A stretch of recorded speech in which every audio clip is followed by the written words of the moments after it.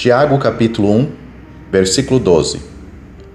Depois da breve introdução, em capítulo 1, versículo 1, Tiago, dirigindo-se aos crentes dispersos dentre os judeus, aborda o assunto relevante de tentações, o qual se estende a partir do versículo 2 até o versículo 16 do primeiro capítulo. Essa seção se divide em duas partes. Primeiro, dos versículos 2 a 12, provações para testar caráter. E segundo, dos versículos 13 a 16, tentações para pecar.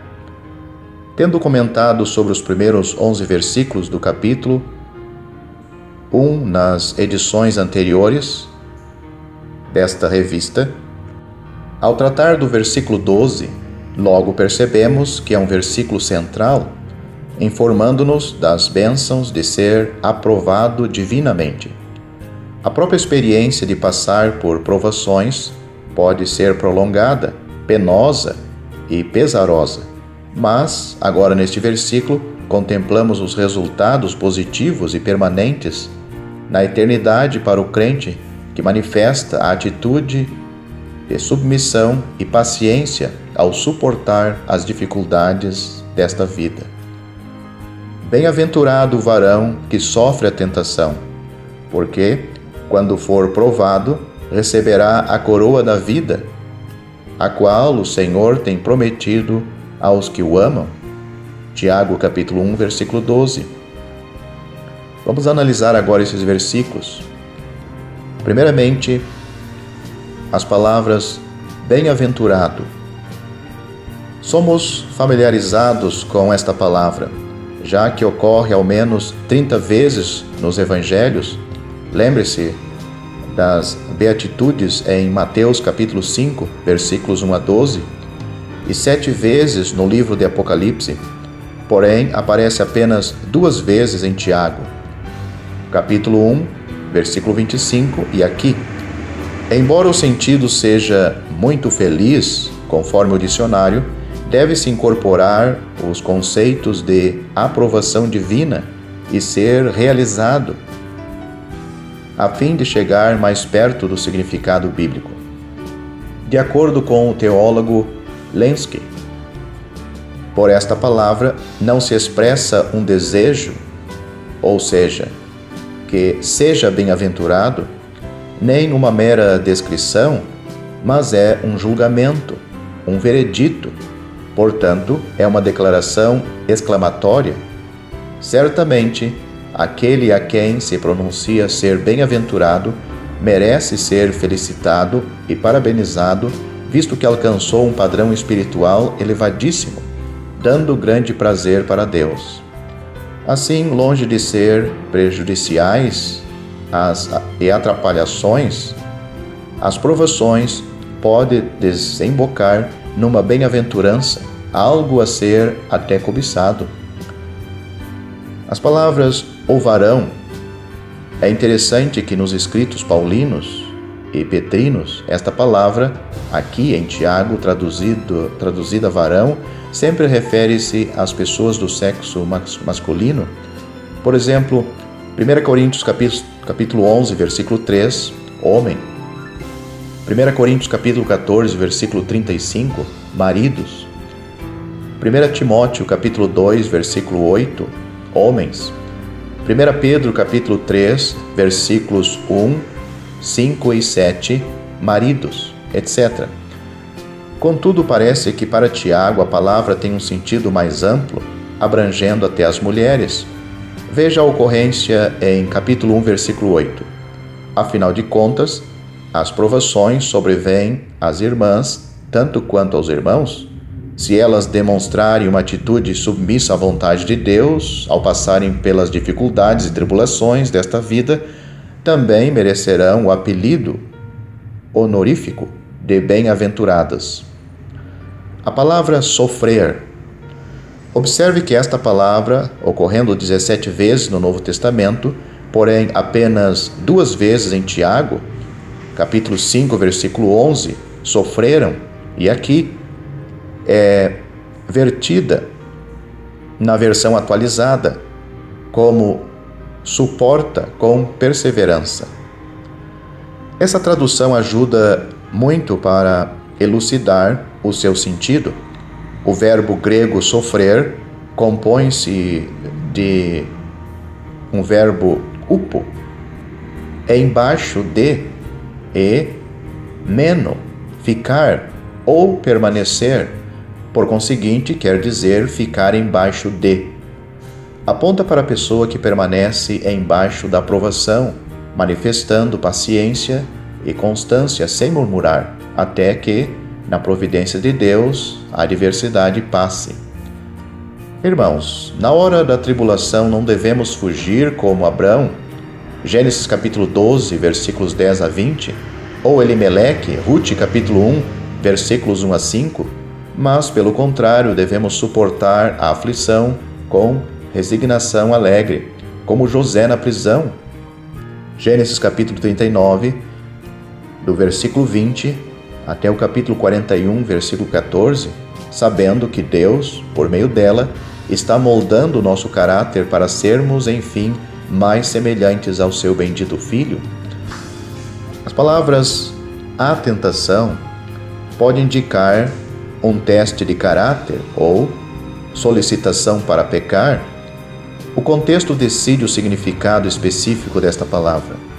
Observamos já que os versículos 2 a 12 esclarece o conceito de teste de caráter, enquanto que os versículos 13 a 16 tratam da segunda opção. Assim, neste versículo, o substantivo tentação tem a ver com a prova de caráter. Embora seja doloroso a experiência de sermos provados, entretanto, ela traz para nós benefícios e bênçãos, contanto que adotemos a atitude certa. Não obstante, Vine, no seu dicionário, na página 1014, provoca pensamentos interessantes escrevendo que a palavra tentação no versículo 12 pode incorporar os dois sentidos mencionados acima, visto que este versículo pode ser considerado como uma ponte entre as duas seções, isto é, versículo 12, com as suas informações a respeito de recompensa e galardão, serve como um estímulo para suportar jubilosamente as provações. Capítulo 1, versículos 2 a 12. Resistir firmemente às tentações para pecar. Capítulo 1, versículos 13 a 16. A palavra porquê, a partícula explicativa porquê, introduz a razão por que é que o crente que aguenta as provações, alegre e paciente, é proclamado bem-aventurado. A palavra provado ocorre 7 vezes no Novo Testamento. Este adjetivo é traduzido aprovado em Romanos capítulo 16, versículo 10, aprovado em 2 Coríntios capítulo 10, versículo 18, aprovados em 2 Coríntios capítulo 13, versículo 7 e aprovado em 2 Timóteo capítulo 2, versículo 15. Se fosse traduzido aprovado aqui em Tiago, como é na atualizada, teria sido melhor. Deriva-se do verbo grego traduzido receber ou aceitar, consequentemente, indica aceito, admitido, recebido ou aplaudido depois de ser testado. Deus observa e avalia o crente quando este passa por provações permitidas por ele. O crente aprovado é aquele que recebe uma nota elevada como resultado da avaliação divina. Já que a vida se compõe de uma série de provações, Deus sempre está testando a nossa fé. Será que depois de cada provação saímos aprovados? Como ourives passa o ouro pelo fogo a fim de aquilatar a sua qualidade, assim o santo deve passar pela fornalha de tribulação, não apenas para remover a escória, mas também para avaliar a genuinidade da sua fé. A palavra receberá. As recompensas pela perseverança constante e persistência e alegria ao passar por adversidades são variadas e valiosas. Aprendemos já que o crente provado adquire para si a virtude excelentíssima de paciência. Capítulo 1, versículo 3. Além disso, o processo de provar promove inteireza, ou seja, maturidade espiritual. Capítulo 1, versículo 4. Além de desenvolver como subproduto a própria sabedoria.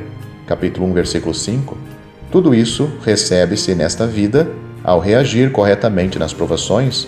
Contudo, como se isso não fosse suficiente, o santo aprovado pelas tribulações receberá verbo no tempo futuro, ainda mais no futuro.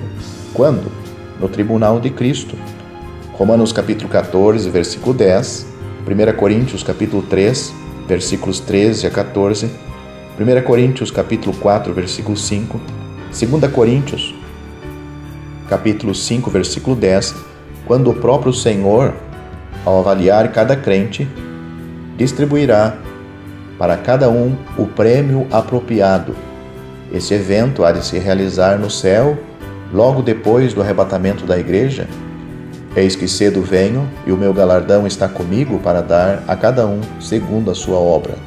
Apocalipse capítulo 22, versículo 12. Prezado irmão, vale a pena demonstrar a atitude certa ao suportar o calor da fornalha de provação.